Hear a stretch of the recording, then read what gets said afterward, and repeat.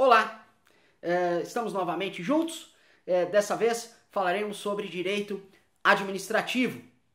O conhecimento de direito administrativo está também pressuposto no conhecimento da Constituição Federal.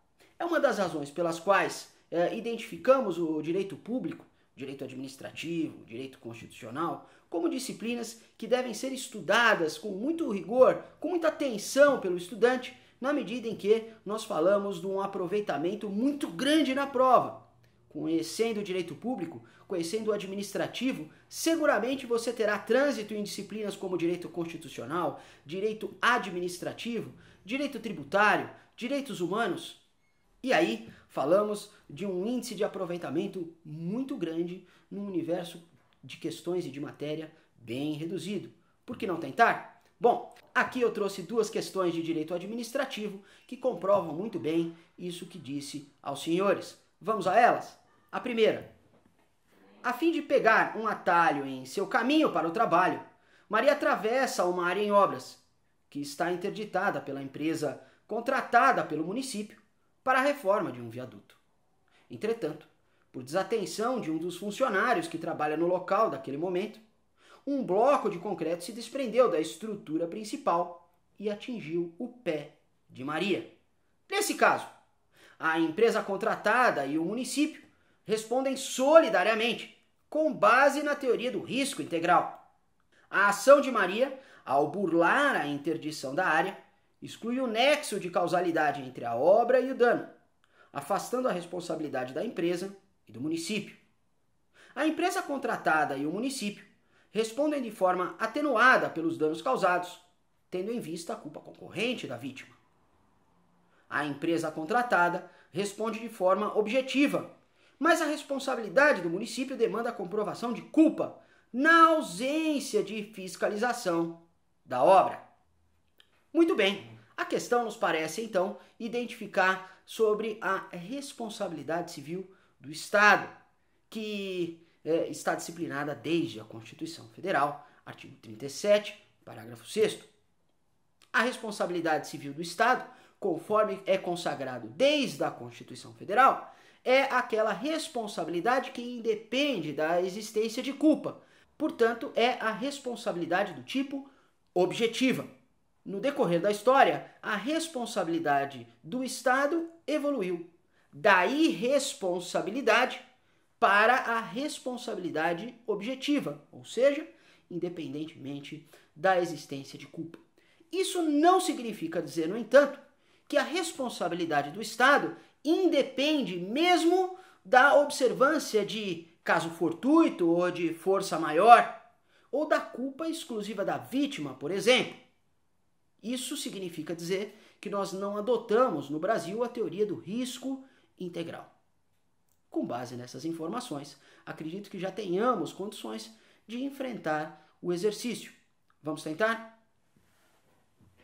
Nesse caso, alternativa a empresa contratada e o município respondem solidariamente com base na teoria do risco integral. A alternativa é incorreta. Nós não temos ainda no Brasil a adoção da teoria do risco integral. Tampouco podemos falar que o município responde solidariamente ainda com a empresa, que deve ser demandada judicialmente antes do município.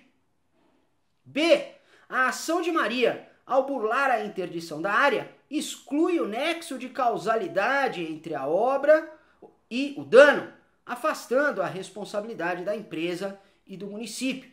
A alternativa está incorreta, na medida em que a responsabilidade objetiva afasta a análise de culpa, mas não significa dizer que o município e nem a empresa estão excluídos de responsabilidade, porque tinham, obviamente, o dever de cuidado e de impedir que Maria acessasse ao local. Então a resposta está incorreta.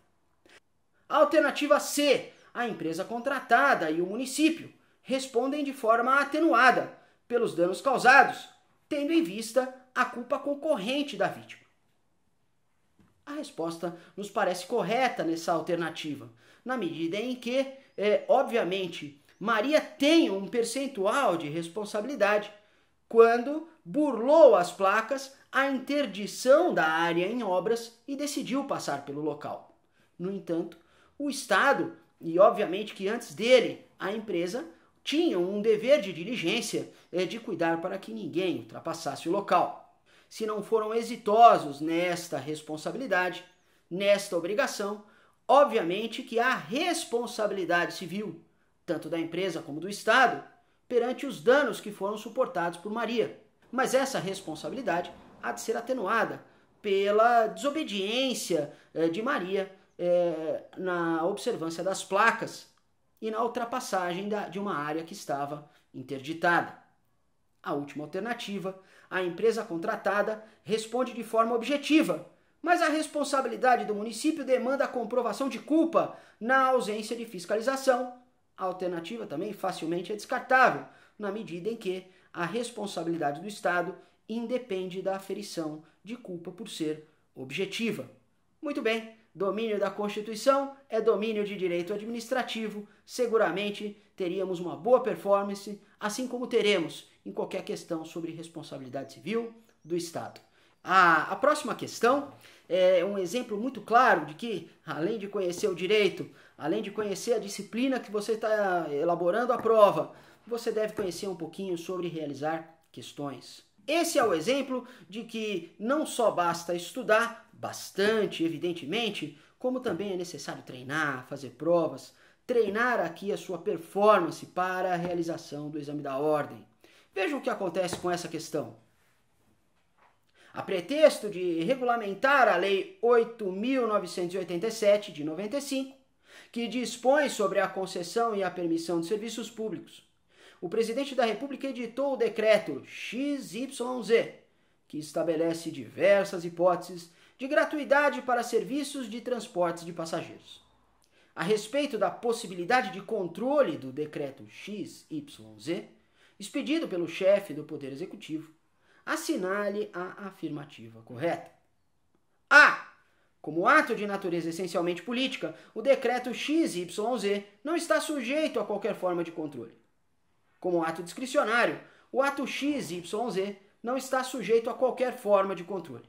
Como ato normativo infralegal, o decreto XYZ está sujeito apenas ao controle pelo Poder Judiciário. Como ato normativo infralegal, o decreto XYZ sujeita-se ao controle judicial e ao controle legislativo. Muito bem. De início, pode nos sugerir que a questão versa sobre concessão e permissão de serviços públicos, na medida em que o enunciado inclusive menciona a lei que os regulamenta, no caso, a Lei 8.987. Muito bem, não briguemos, no entanto, com o enunciado. O que ele quer saber, de fato, no final do enunciado, é sobre o controle dos atos do Poder Executivo e quem pode fazê-lo. No caso, as alternativas também nos sugerem uma outra observância obrigatória para a boa performance nas provas como a prova da OAB. O direito, via de regra, ele nos sugere hipóteses excepcionais, alternativas. O direito não é um sistema fechado. Portanto, vocês devem duvidar dessas palavras talismãs, dessas palavras que fecham as portas no direito e que normalmente são indicativas de fraude. Vamos nos recordar delas, sempre que, em todos os casos, nunca, jamais. Neste exercício, temos um exemplo muito claro disso e que nos ofereceria uma vantagem imensa para acertar a alternativa correta. Vamos lá? Alternativa A. Como ato de natureza essencialmente política, o decreto XYZ não está sujeito a qualquer forma de controle. Veja que nessa hipótese, nós temos aí o direito fechando possibilidades, como no caso da expressão não está sujeito a qualquer forma de controle. Nos parece uma agressão frontal à harmonia entre os poderes e, obviamente, não corresponde à realidade. A alternativa está incorreta. Como ato discricionário, XYZ não está sujeito a qualquer forma de controle. Muito bem, mesmo os atos discricionários estão sujeitos a controle, como no caso do controle judicial, porque a exacerbação do poder discricionário caracteriza abuso de poder. Porque a exacerbação de um ato discricionário caracteriza abuso de poder. A resposta é incorreta e vale lembrar que aqui também há a utilização da palavra que fecha as possibilidades no direito a qualquer forma de controle. Alternativa C.